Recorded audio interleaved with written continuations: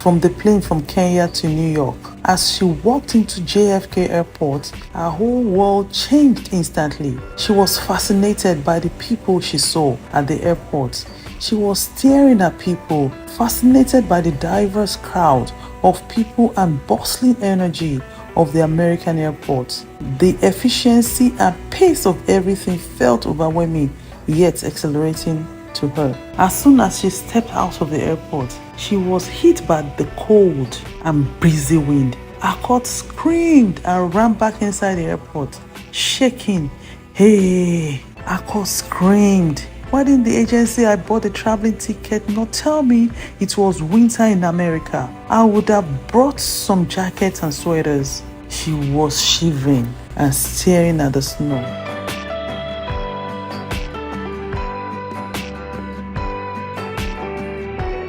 Akot, sitting on a couch in her friend's living room. Her friend Lisa, an African-American woman in her 30s, sat beside her, both of them drinking coffee.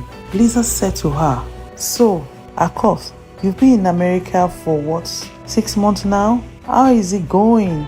I remember you being so excited before you got here." Akot smiled. "Oh, Lisa, I was excited. In fact, overexcited when I got admission into a nursing program in New York. Yes, but girl, nothing could have prepared me for this. Nothing, oh. I thought I was ready, We learn English in school back in Kenya, but no one tells you that British English and American English are like two completely different languages." Lisa, oh, I can only imagine. I know it can be tough coming from Africa. What was the biggest surprise for you? Of course, where do I start from? He laughs. Okay, the language thing. It got me right at the airport. So, I landed in New York, right? And I was trying to find the restroom. In Kenya, we say lavatory. So I asked this guy, "Excuse me, where is the lavatory?" He just stares at me like I'm from another planet. And then he says, "Do you mean the restroom?" I was confused, Lisa. I told the guy, "I'm not sleepy. I don't need a place to rest. I just need to ease myself." The guy got more confused. Then a lady walked by. She heard our conversation and she said, "Oh, ma'am, it is called restroom, not lavatory." She smiled and took me to the restroom. Lisa laughs. I know what you mean. Americans have their own version of English, girl. You got to learn fast. Akot said, "I did, oh, Lisa. It took me a while. And let me tell you, the word cool, I thought it meant cold, like literally cold. So one day, this girl at work says, 'Oh, Akot, your dress is so cool.' And I'm like, 'But it's not cold, oh, it is warm today.'" The look on her face, she had no idea what I was talking about, and I had no idea she was giving me a compliment. Lisa laughing. It is very important. I see that happening. Americans say cool for everything, from clothes to food to pretty much anything. This is America. Everything good is cool. Still laughing. Akot said, "Ha, you are laughing. Then it was not a laughing matter at all.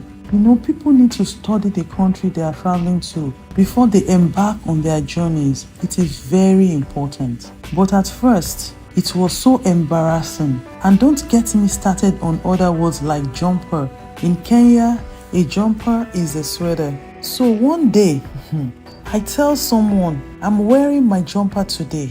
They started laughing because here, a jumper is a dress. I was surprised. Lisa laughs. Lisa, I love this. So what else? Tell me more. How are you handling the cultural differences? Akot's phone rang. It was her mom calling from Nairobi. "Hello, Mama. How are you?" Okay, Ma. Okay, Mama. I will work on it. Bye, Mama. I miss you too. Akot, looking at her phone, said, "When you step out of your country to a foreign land, the expectations back home can be very overwhelming. Some people purposely put their burdens on you. They think we pluck money from trees or pick money from the floor. It is terrible. Whenever I send money home to my parents, their friends, neighbors, some family members just appear from nowhere, boom, with stories of hardship. Stories like, my daughter gained admission into the university. We don't have money to pay for school fees. Oh, my mother is in the hospital. The hospital demands we pay before they can admit her. Or stories like, somebody fell from a tree or balcony. We have not eaten for 2 days, and so on and so on. I mean, I understand, but I can't help everyone. Lisa, looking at her friend, said, are there no provisions by the government for people who are in need? Akot, my friend, that is another story for another day. I need to rush down to the pharmacy to get some medications for my mom. Her sister is traveling to Kenya tomorrow.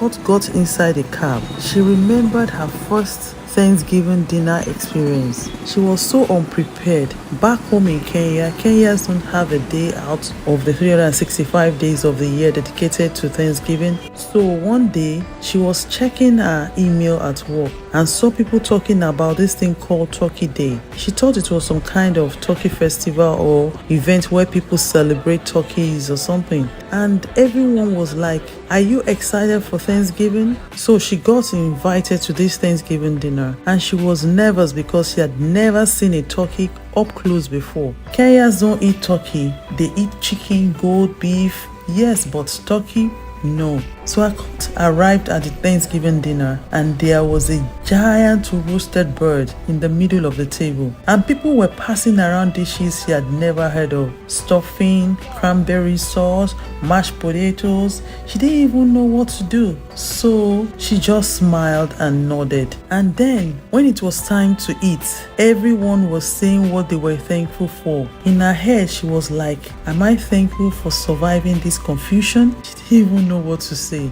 but fumbled through it. She learned then that Thanksgiving is not just about the food. It is about family, togetherness, and gratitude. Later, she got the idea. It was like Kenya Christmas or Easter in Kenya, but with its own American twist. She actually loves it now that she understands it better. But that first time, so Akot got the medication and headed home.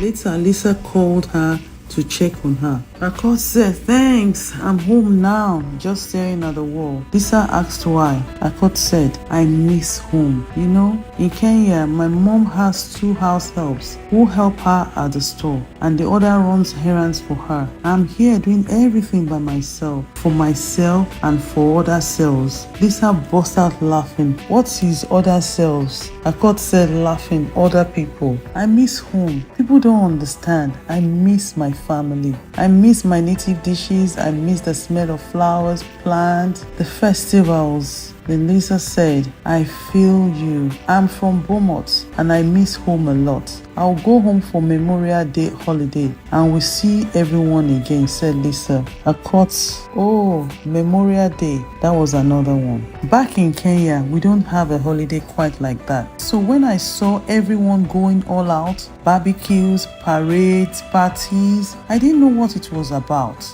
I remember asking someone, what are you celebrating today? They explained that it is to honor the military and fallen soldiers. It was so touching. I didn't expect that level of patriotism. Lisa said, yeah, Memorial Day is a big deal here. People really come together to celebrate the history and sacrifices of the military. Akot. And then there is the sports. Girl, I didn't even realize how serious Americans were about their sports until Memorial Day weekend. Football. Oh, sorry, American football was everywhere. I thought football was soccer, but no, I was so confused. People were wearing jerseys, cheering, and I was just there not understanding a single rule of the game. Lisa laughing. That's classic. Americans take their sport so seriously. football, baseball, basketball. This is like religion for some people. Akot said, oh, I learned that real quick. There was much traffic one day and I asked why, and they told me there was a game. I didn't understand why a game would cause traffic jams everywhere. Now I know. Sports are a big part of the culture here, but the first time I was completely lost. Lisa said, so did you end up watching any games? Oh yes. I went to a Super Bowl party and that was my experience. At first, I had no idea what was going on, but by the end of the night, I was cheering with everyone else. I didn't even know what I was cheering for, but it was fun. Lisa laughed. That's the spirit. Sometimes it's less about understanding the game and more about the atmosphere and the people around you. Lots of barbecue, chicken wings, chips. Akot said, chicken wings? Let me make you laugh some more. A friend of mine from Sierra Leone went to a Chinese restaurant to buy some chicken wings. She speaks French but no English at all. So she approached this Chinese guy, gave him some money for the wings. The guy looked at the money and asked what it was for. My friend, knowing what she wanted, which was chicken wings, started flapping her arms like a chicken. The guy was confused. She opened her mouth and screamed, "Kukuruku!" like a rooster. That was when the guy understood her and gave her the chicken wings. Lisa laughed. Then there is this food size. Lisa, I thought I knew what to expect, but American portions? Hey, huge. I remember ordering a burger at this diner, thinking it would be a normal meal. They brought out this giant plate with a burger size of my face. Fries piled high. It was like 3 meals in one. I had no idea how people finish that much food. Lisa laughing. Oh yeah, portions here are no joke. Akot. And people here travel so much. I like that. Back home, most of the time we travel for weddings, funerals, or special events. But here, people travel just for fun. Weekend getaways, road trips. I had never seen anything like it. I realized that exploring is such a big part of the culture. I have been to some places and still counting. I love it. Lisa said, wow, you've been learning a lot. What would you say to someone back in Nigeria or Africa who is thinking of coming to the US? I got laughing. Oh, I will tell them to learn American English first, understand the slang. It is not just about speaking English. It's about understanding the way people here talk and also learn the culture. Don't come here thinking everything will be the same as back home. Every holiday, every event is different here. But once you embrace it, you will start to enjoy it. Lisa said, that's such a good advice. Anything else they should know? Oh yes, Akot said, be open-minded. You will make mistakes, you will get confused, but don't be afraid to laugh at yourself. America is a huge, diverse country with so much to offer, and it is okay to feel lost sometimes. That is the part of the journey. I'm going to make a video of stories of people's experiences in diaspora. People at home need to know what we're enduring here in a foreign land. Well, above all, I give thanks to God for my journey in life. Lisa said, I love that. Thanks for sharing your story, Akot. I think it is going to help a lot of people watching this on YouTube. Akot smiles. I hope so. It's been a wild ride, but I wouldn't trade this experience for anything. Lisa, well, here is to more adventures and to learning American football. Akot laughs. Oh yes, I'm ready for the next Super Bowl. Lesson learned. If you are planning to travel abroad, just remember, keep an open mind, be ready for surprises, and always ask if you are not sure. The journey might be unpredictable, but it is also unforgettable. Remember, with God, all things are possible. Thanks for watching, and don't forget to like, comment, and subscribe. If you're enjoying this live, please do well to like, share, and subscribe to encourage us to bring you more amazing and educative contents. Once upon a time, in the village of Shama, lived a goldsmith named Kojo. He was very good at his work. He would always carefully craft intricate jewelry and ornaments from gold, shaping the precious metal with skill and artistry. often creating pieces that hold deep cultural and personal significance for the villagers. He was loved by the king for his skills. He gave him one of his maids, Ajua, as wife. Kojo loved and cherished Ajua. Years later, they gave birth to a son, a child they had been praying and waiting patiently for. They were so happy. They named him Frempo. Ajua was very happy when she found out she was pregnant. She had become a subject among the village women. They would whisper about her condition to one another, making her feel uncomfortable. But finally, she would have her baby, and all the whispering would stop. The day she gave birth to Frempo, it was a day like no other. The moment he entered the world, the villagers knew something was amiss. Frempo did not cry as newborns do. His lips remained sealed, and his eyes, though bright, held a strange, unsettling calm. Days turned into weeks, and the silence continued. The villagers began to murmur, their whispers growing louder as Frempo grew older. He was a mute, unable to speak or even make a sound. To the superstitious villagers, this was a bad omen, a sign that Frempo was cursed. As Frempo grew, so did the cruelty of those around him. The other children mocked him, their laughter ringing in his ears as they called him names and pushed him around. Even his own family, ashamed of their son, kept him at a distance. They tried to love him, but fear and shame clouded their hearts. The village elders, believing Frempo's silence to be a curse, urged the king to act. The king, a stern man who ruled with an iron fist, could not afford to let such an omen linger in his kingdom. This boy brings misfortune upon us, he declared. For the safety of the village, he and his family must be banished. And so Frempo and his family were cast out of Shama, forced to leave behind the only home they had ever known.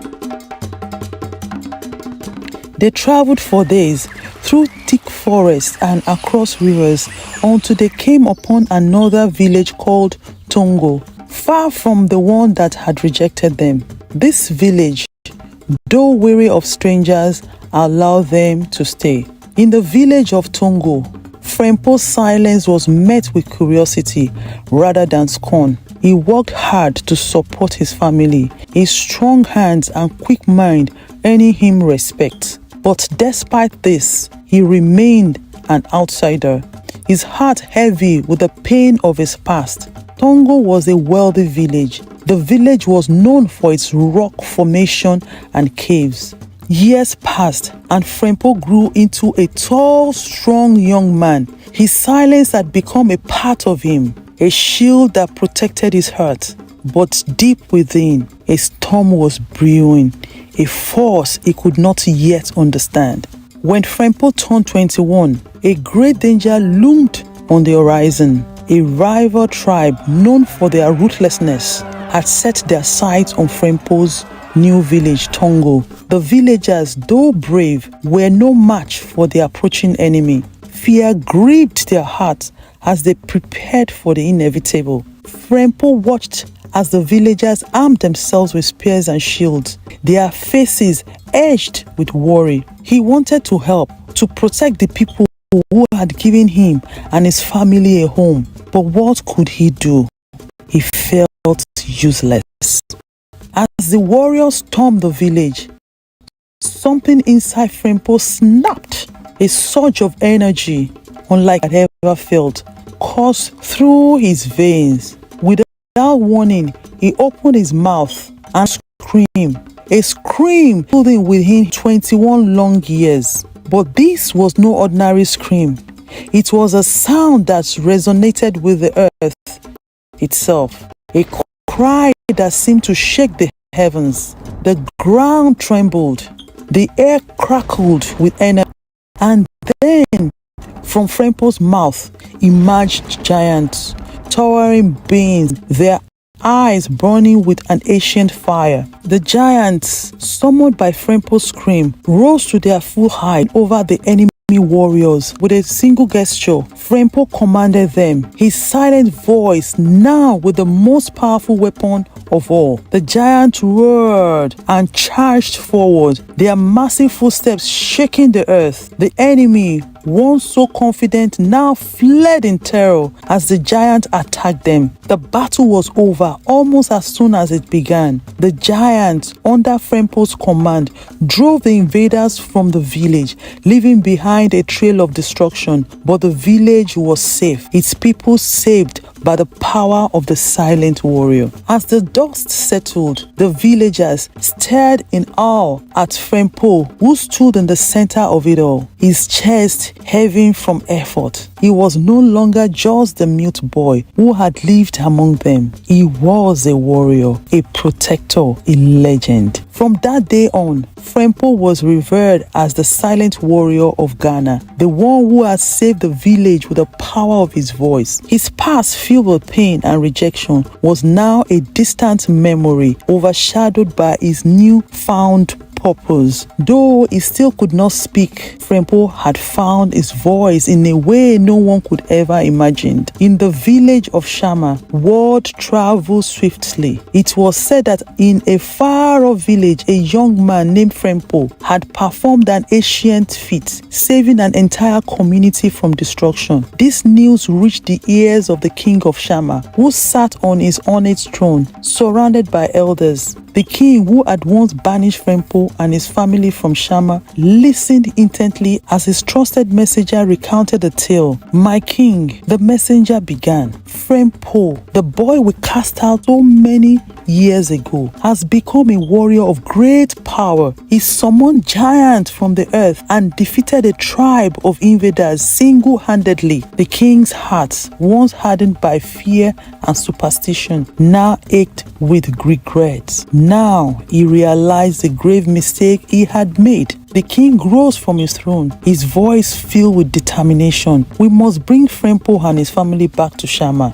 he declared. "We cast him out in fear, but now we must welcome him back with honor. But if he refused, we will attack the village. His mother was my maid. I still have authority over them." The elders exchanged uneasy glances, their wrinkled faces etched with concern. "But, my king," one of them spoke hesitantly, "how will Frempo and his family respond after the way we treated them? Will they forgive us? And if you order force, it might not end well." But the king would not listen. Without further delay, the king's orders were carried out. A group of the village's finest warriors, dressed in their ceremonial attire, set out on the journey. Along them were the elders, carrying gifts of gold, livestock, and finely woven clothes. They traveled with a sense of urgency, knowing that the future of Shama depended on their mission. After several days of travel, they arrived at the village where Frempo now lived with Ajua and Kojo. The sight of the warriors and elders bearing gifts and dressed in their finest drew the attention of the villagers. Whispers spread quickly. Why had the men of Shama come?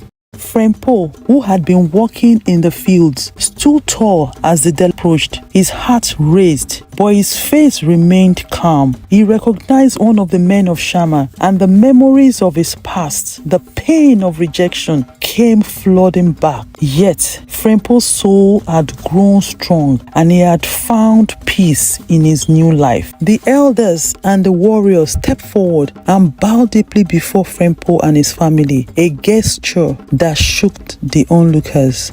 "Frempo," he began, his voice reverent, "we come on behalf of the king of Shama. We come to ask for your forgiveness and to beg you to return to our village as a savior." The elder who had once urged Frempo's banishment now spoke, his voice trembling with emotion. Frempo, we're wrong. We acted out of fear and ignorance. The king himself sent us to right this wrong, and we beg you and your family to come back to Shama, where you will be honored and celebrated as you deserve. Frempo listened in silence, his heart weight of the decision before him. He looked into the eyes of the men who had once cast him out, and in their eyes he saw genuine remorse. But the memories of how his parents hardened his heart. He shook his head in rejection of their offer. How could he turn his back on the people of Tongo who took them in with acceptance of who he is? No, he will not go back. He is dedicated to defending Tongo, and he will do that till the day he dies. The elders of Shama kept on insisting he went with them as the king had ordered. Frempo refused and became angry at their persistence. Warriors that came with them angrily attacked Frempo and the people of Tongo. Frempo screamed, and as he did so, giants came out of his mouth and attacked them. Some of them escaped to narrate their ordeal to the king of Shama. Since then, the people of Shama and other neighboring villages never ventured to attack the village of Tongo. In the quiet moments when the village was at peace, Frempo would sit alone, staring at the vast Ghana horizon. He knew that he would never again be an outcast, the one who was cast aside. He was a silent warrior, and his voice, though unheard, would echo through the ages, a legend in the heart of Ghana. Lesson learned: what you cast away will be appreciated by others. What you think is nothing can end up becoming something. God chose the foolish things of the world to shame the wise. If you're enjoying this live, please do well to like, share, and subscribe to encourage us to bring you more amazing and educative contents. Seihei said, smiling, I love it. But the house, will we have enough space? We're inviting a lot of people. Derek said, reassuring, we'll make it work. Granddad's place is huge, and the backyard can fit everyone. Plus, he's got that old barn we can decorate. It'll be perfect. Seihei said, touched, broom jumping. Seihei said, excited, my love. I can't believe the wedding is so close. We need to start sending out invitations. Did you talk to your grandfather about using his house for the reception? Derek said, grinning, yeah, he's thrilled. You know how he loves a big family gathering. He's already talking about setting up the backyard and getting the barbecue pit ready. Seihei said, laughing, barbecue at a wedding? That's so American. We'll need to have some injera and Doro Wat too, you know. Derek said, teasing, of course. We'll have a food fusion wedding, barbecue, injera, and collard greens. Everyone's going to be talking about it for years, my love. You're amazing, Derek. I can't wait to see how everything comes together. Your grandfather must be excited too. Derek said, laughing, he's more excited about the food than the wedding. He keeps asking how many ribs we should grill. Seihei said, well, my family's bringing the coffee ceremony, so at least there'll be balance. Is Maya coming? She asked with a frown on her face. Derek said, I am not sure. Anyway, our wedding is going to be the best wedding ever, Seihei. Everyone will feel the love. Our love. Seihei sat down, remembering all the unpleasant encounters she had with Maya. Seihei always knew that marrying into a different culture would come with challenges. But Derek always made her feel at home whenever she visited him. But there was one person in his life who made her feel the opposite, his older sister, Maya. From the moment they met, Seihei felt Maya's eyes scanning her, judging her, and forming opinions that irritated Seihei. It wasn't just the way Maya looked at her. There was a heaviness in their interactions, something beneath the surface that made it clear Maya didn't trust her. The unease between them quickly grew, and for Seihei, it was a painful, lingering presence in her relationship with Derek. Maya and Seihei first met at a family dinner.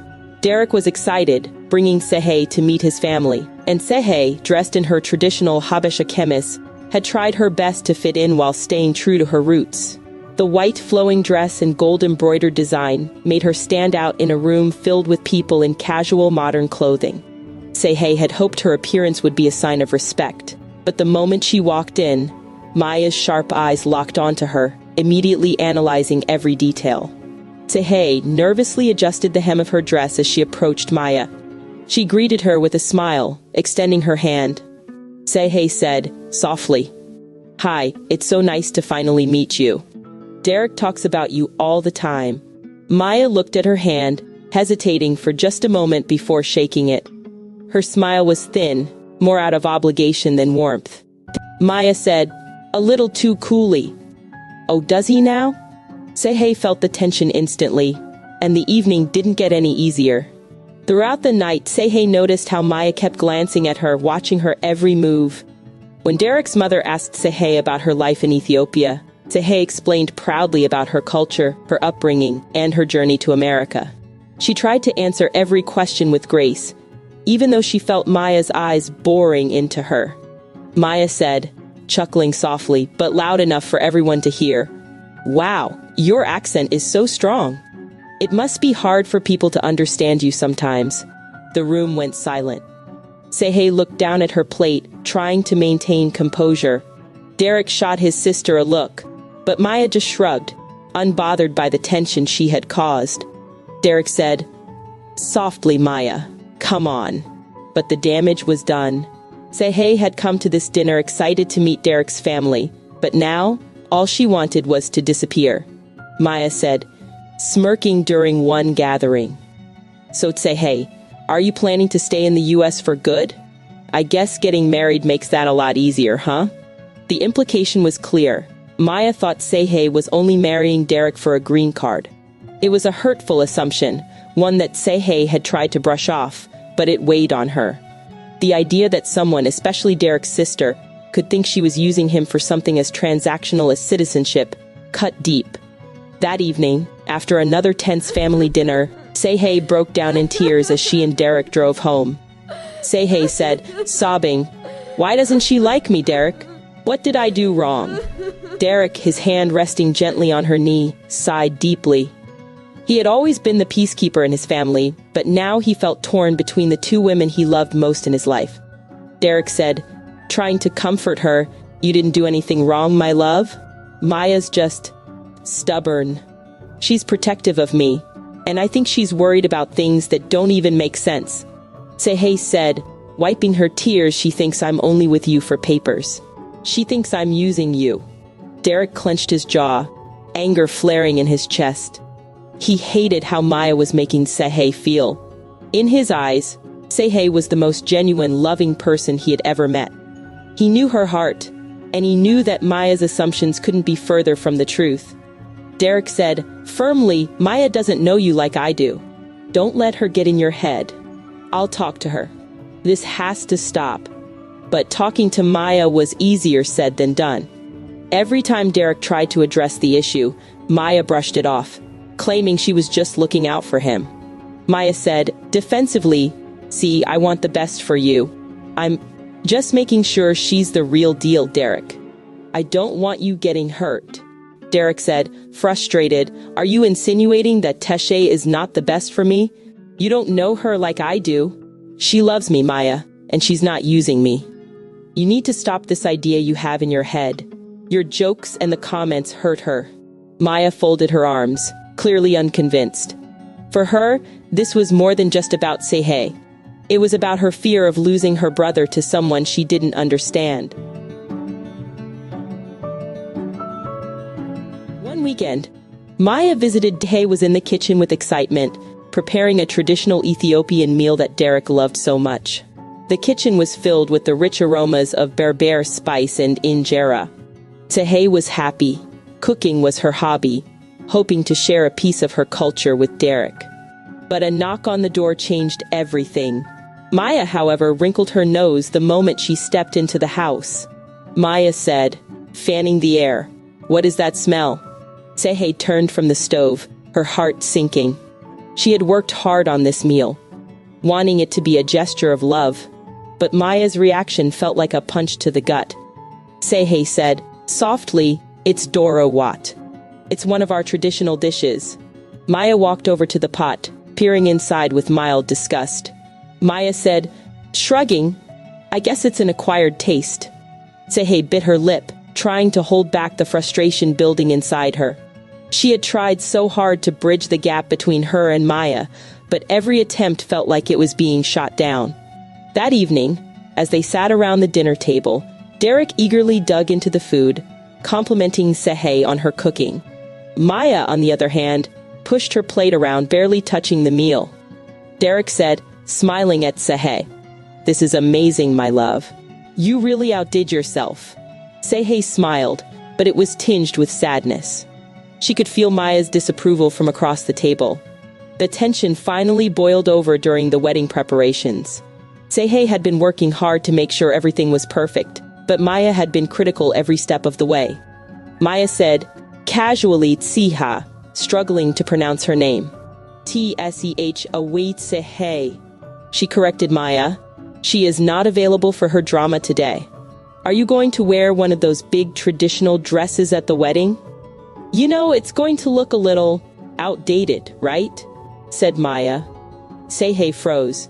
She had always planned to incorporate her Ethiopian culture into the wedding, but Maya's constant remarks about her choices made her upset. Seihei said, quietly, I want to wear something that represents my culture. Maya rolled her eyes, clearly unimpressed.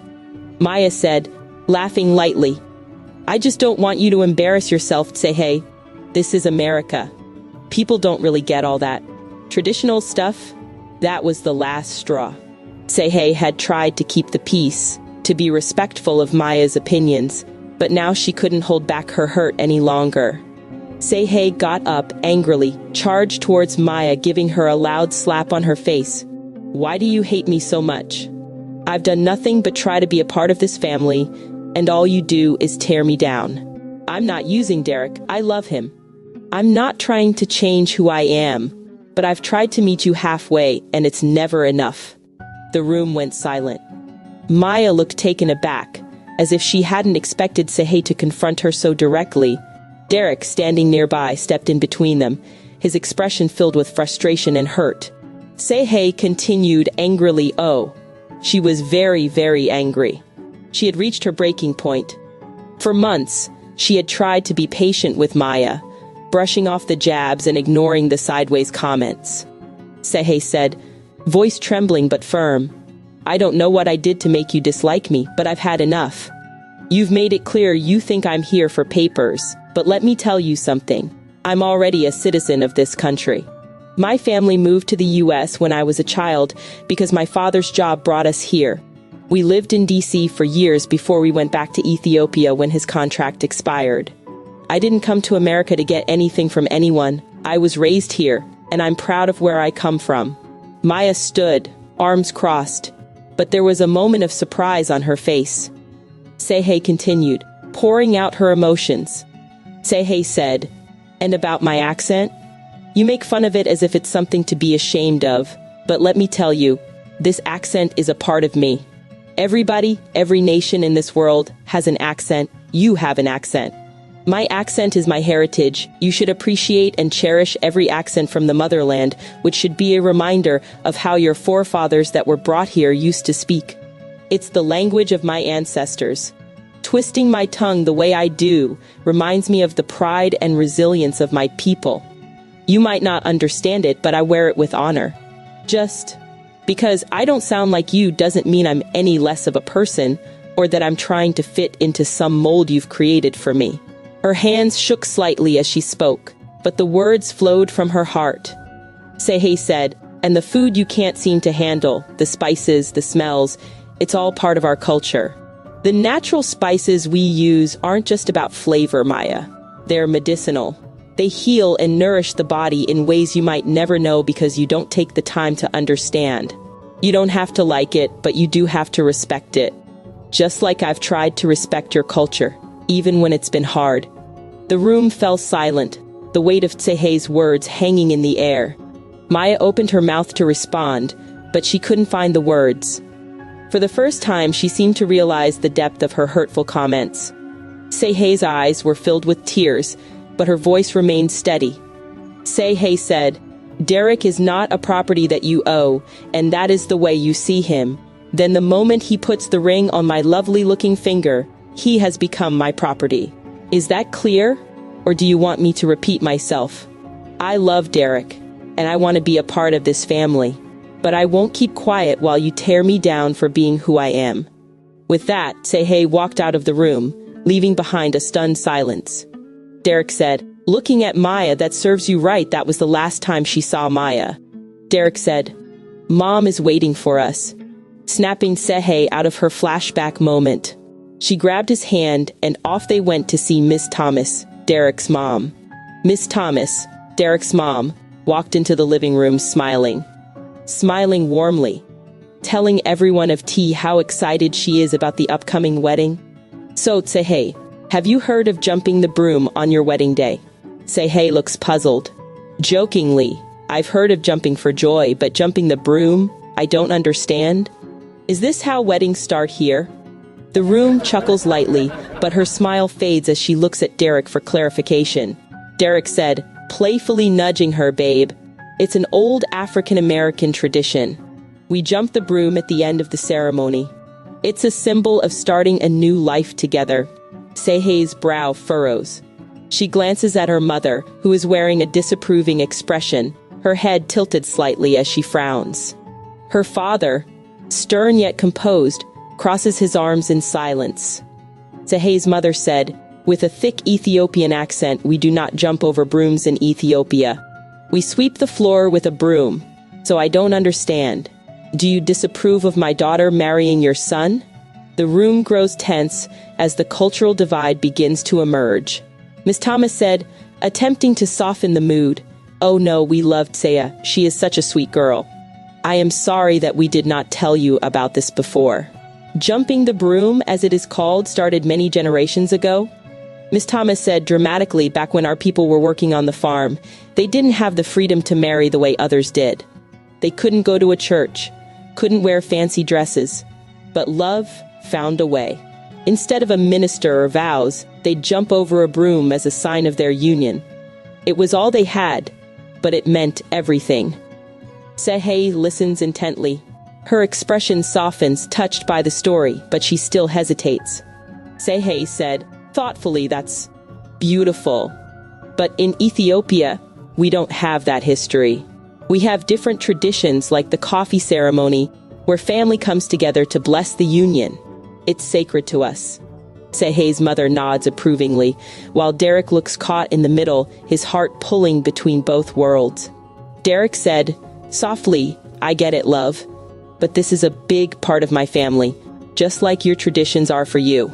Can't we, I don't know, combine them? Suddenly, Derek's younger sister, Lisa, a sassy 16-year-old with a love for TikTok, bursts in with excitement.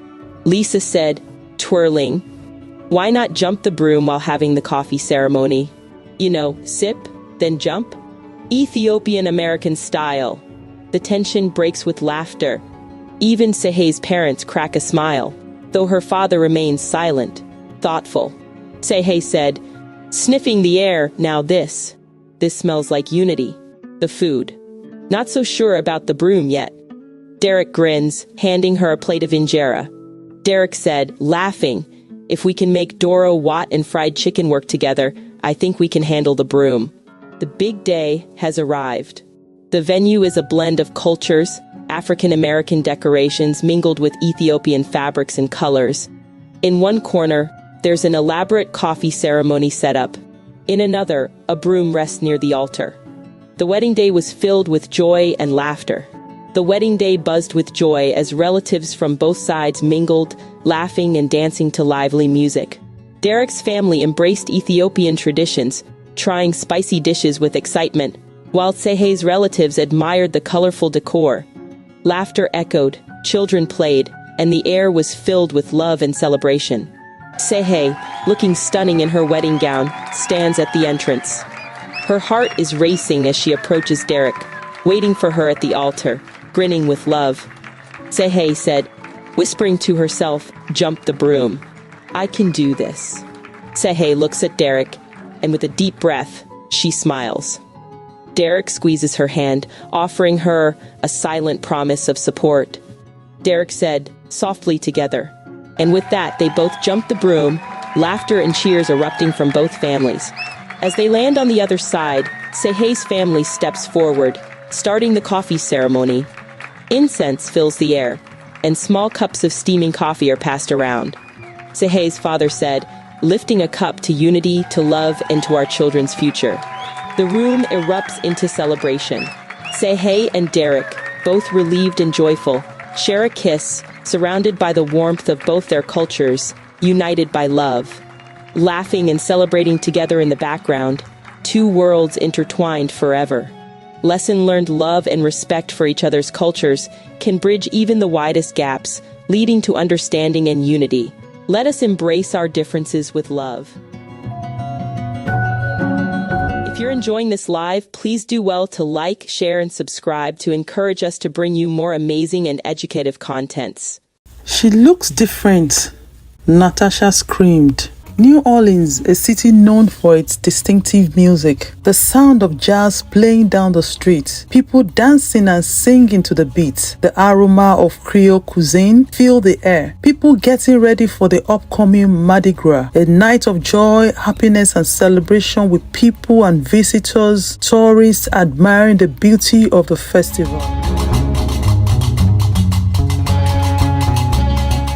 But not so happy was Natasha, a mother of two, who just gave birth to her fourth child. Natasha was a down-to-earth woman, always sacrificing her time for her family. Her grandparents worked tirelessly on the farm to support her when she was young. Her dark skin would glow under the sun. She was tall and beautiful, always happy. She met Jaden, who was a factory worker. Both fell in love and decided to start a family. They had Tyrone, Isaiah, and Sophia, and they decided to have one more baby Amara. She was unlike anyone in the family, a light in complexion child amidst a family of dark-skinned relatives. From the moment she opened her eyes, her presence stirred discomfort in the heart of those who should have loved her for the most. Her complexion shocked Natasha and Jaden. Natasha looks at the baby with a hint of confusion and sadness. The father turns away, his expression hardening.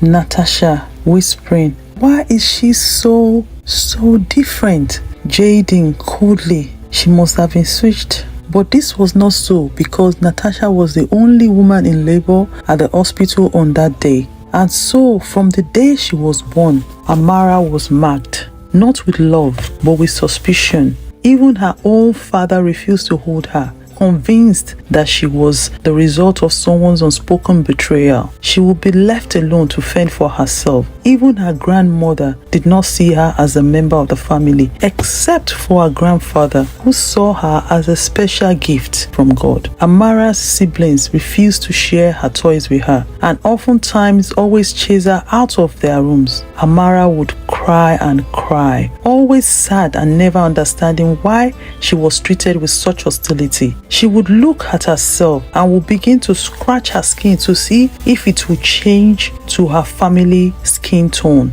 The only time she felt love was when Grandpa visited. As Amara grew, so did the distance between her and her family. Her skin complexion became a constant reminder of her difference, a difference that her siblings did not accept. Tyrone, look at her, the little ghost. She doesn't belong here. Sophia laughing, ha ha ha. Maybe she was switched at birth. She doesn't even look like us. Then Isaiah, Markham, don't touch my toys. You will make them dirty with your ghost hands. The taunt became her daily reality. While other children ran freely under the sun, Amara often found herself hiding in the shadow, not from the sun, but from the cruel words that cut deeper than she could understand. At family gathering, her isolation was even more pronounced.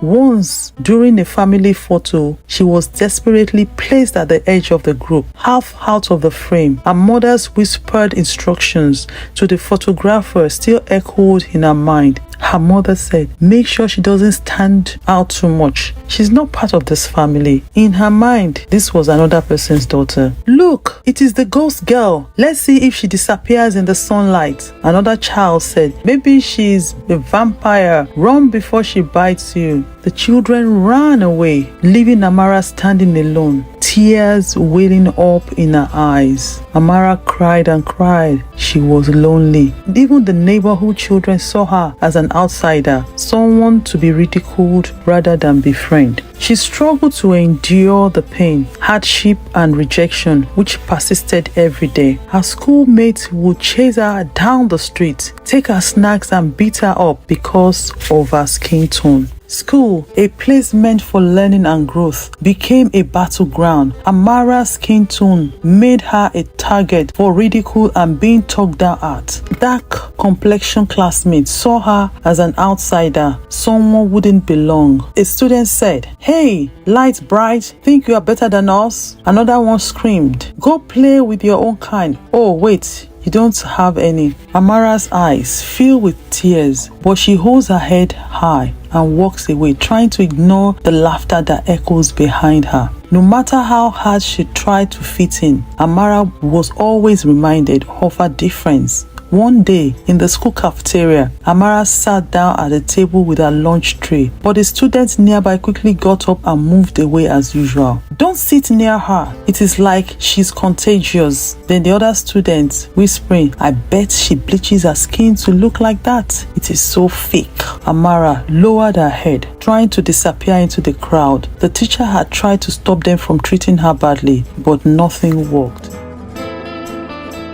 Amara, now 17, was getting ready for a school dance. She stood in front of a mirror, her skin tone contrasting with the dark dress she wore. Her mother entered the room, eyes filled with disdain. "Why bother going? No one wants you there. You are just going to embarrass yourself," her mother said. Her mother's words, sharp and cold, pierced through her like a knife. Is she not tired of repeating the same words all the time? Her own family made her feel like an intruder in her own life. Amara arrives at the dance. She stands alone in a corner, watching others laugh and dance. The isolation deepens as no one approaches her. Every day was a reminder of her exclusion, of the skin tone being a barrier between her and the world she so desperately wanted to be part of. Did you see what Amara is wearing? She's trying way too hard to fit in, the other girl said, as if any of the boys would ask her to dance. She's like a ghost flowing around the room. Amara leans against the wall, fighting back tears as the girls walk away laughing. The dance, meant to be a night of fun, became just another painful reminder of her isolation. At the dance, Amara finally gathers the courage to approach a group of classmates, but as she gets closer,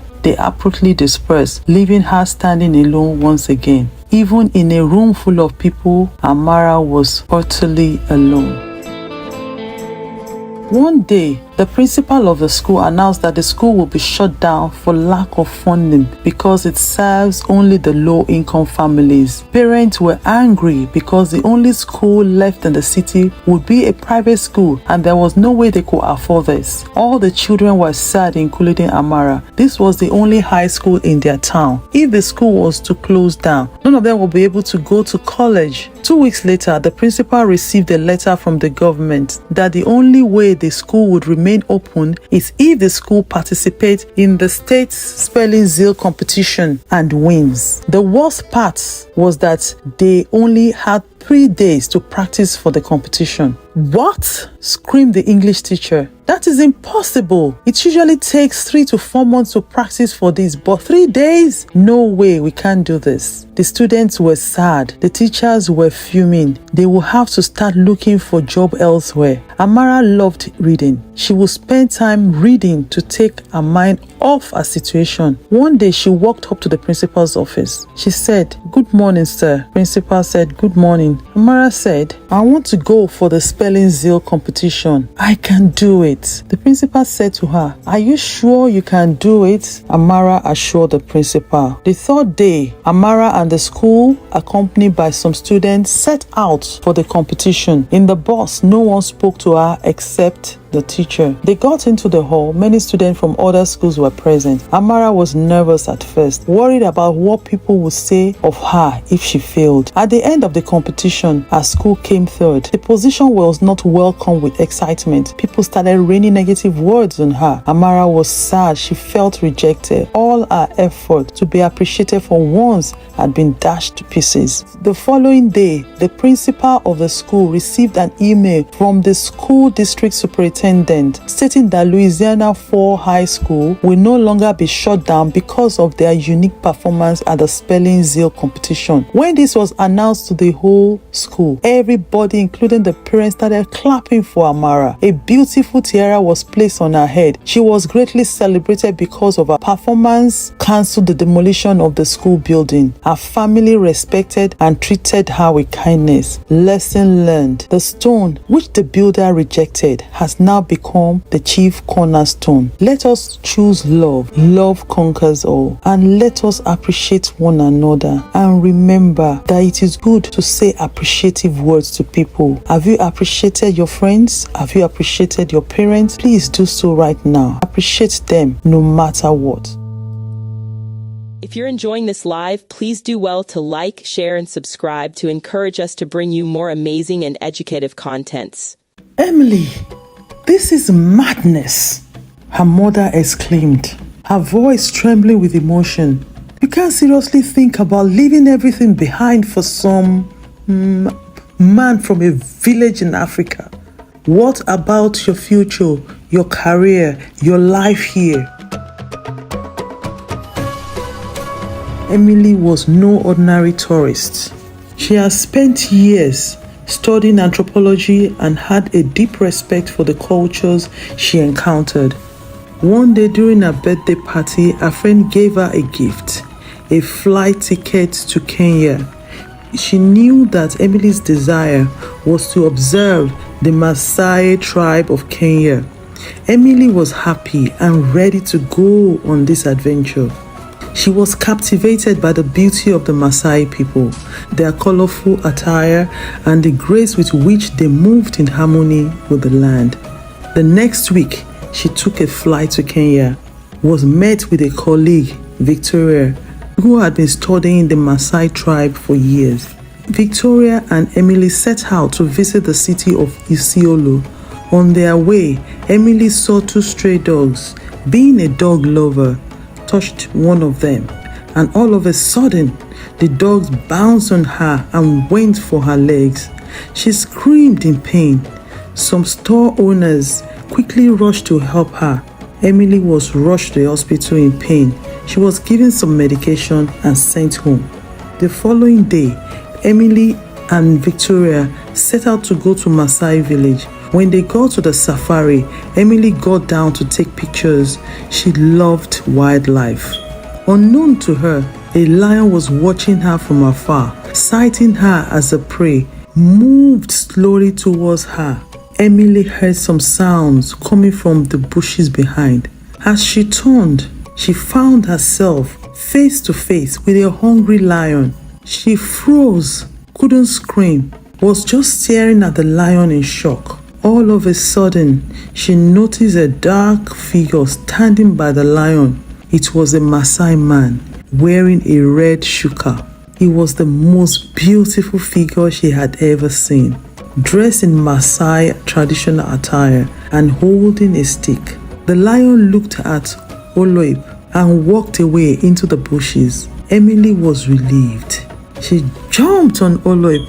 Instantly, he pushed her away. A female, a foreigner, jumping on a Maasai man in public, that was a taboo. Emily fell down and hit her wounded leg on a rock, which caused it to start bleeding. Oloip, seeing the wounded leg, quickly tore a piece of cloth from his body, wrapped it round her leg to stop the bleeding. He called his friends and they took Emily and Victoria to the village. Oloip was a warrior of the Maasai, known for his strength, wisdom, and deep respect for his heritage. His life was one of routine, herding cattle, participating in the rights of his people, and embracing the custom passed down through generations. Oloip was intrigued by Emily's genuine interest in his culture.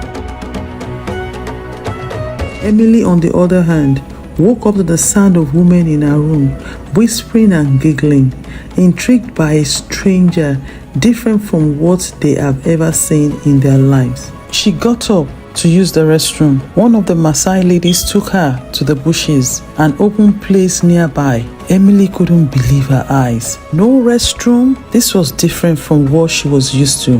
Oloib's mother took her into the hut, prepared a delicious meal made with cow milk for her, but Emily couldn't eat it. It looked and smelled strange, with flies all over the bowl. This made Oloib's mother upset. She reported this incident to Oloib. The following day, Emily, Victoria, and Oloib set out to visit another village where Oloib's sister was given in marriage at the age of 14 years to an old man, old enough to be her grandfather. And to make matters worse, as the fifth wife, Emily was shocked and upset. She couldn't believe her eyes.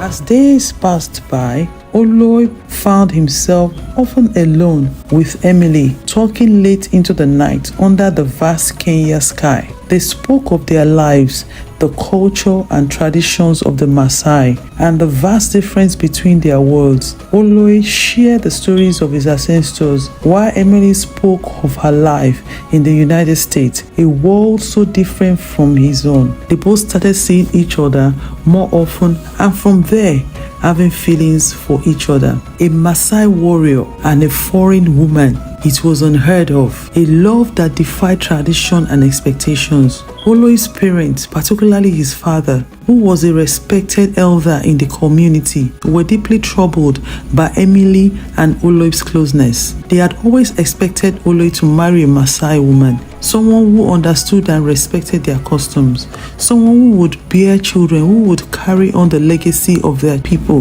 The idea of their son marrying a foreigner was not only shocking, but also unexpected. Oloib, you must understand that our ways are sacred, his father said one evening, his voice heavy with concern. Our ancestors have lived by this custom for generations. To break them is to bring dishonor to our family and our people. Oloib was torn. He loved his family, his culture, his people, but he also loved Emily. He admired her curiosity, her intelligence, and the way she embraced life with an open heart. He knew that love was not just a fleeting romance. It was something deeper, something worth fighting for. But how could he recognize this with the expectation of his family and his community? Emily, on the other hand, faced her own challenges. When she returned to the United States, she found herself confronted by the harsh reality of her love for Oloib.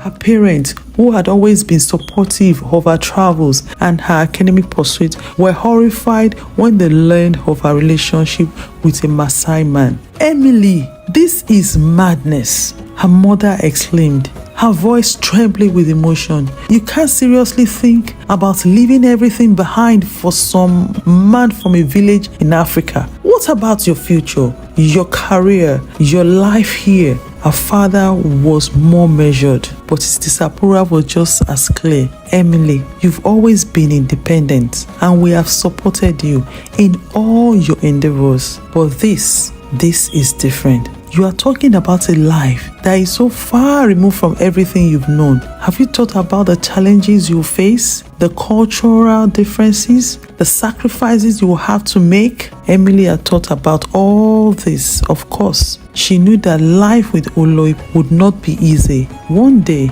she went to get some coffee from the coffee shop where she met her ex-boyfriend. He begged her to come back to him and promised to make things right. Soon, he moved in with Emily and their relationship continued. It wasn't long before she discovered that he was out of job and needed a place to stay. She was hurt and the relationship ended. Oloib was always thinking of Emily. He couldn't concentrate on his daily chores. He got up one day, packed his bag, and set out to go to the United States. He got his visa, bought his ticket, and off he went to search for Emily. He got to California, dressed in his Maasai attire. People were staring at him. He was overwhelmed by his new environment, confused, couldn't speak English. All he could do was show people Emily's picture. He almost got hit by cars while crossing the street. He couldn't stand the strange foods in the restaurants. After spending 5 days on the street in California, Oloib went back to Kenya dejected. Emily, after separating from her ex, decided to return to Kenya. She knew that her love for Oloip was stronger than before, and for her relationship to survive, she would need to immerse herself in Oloip's world. Emily packed her belongings, left the US without telling her parents.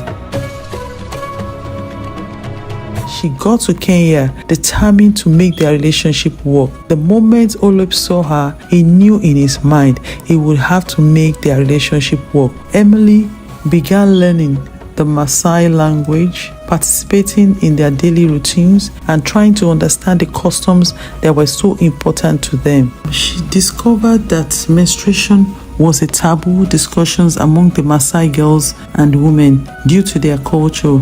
She devised a way of telling them what they can use during this period to be hygienic. The villagers eventually embraced this new way, and this made the villagers happy with the new method, and from there on they totally accepted and loved Emily dearly. Emily squeezed Oloip's hand, and the two now happily married with a baby on the way. Their relationship showed their families and community that their love was not about rejecting their cultures, but about embracing the beauty of both. Emily would continue to learn and adapt, while Oloip would work to bridge the gap between their worlds. They would find common ground, build a life that honor both of their heritages, and prove that love could conquer the barriers that divided them. Lesson learned: love is a powerful force that brings us together as one. Love is good, love is kind, and never ends. It does not envy, boast, or rejoice in wrongdoing.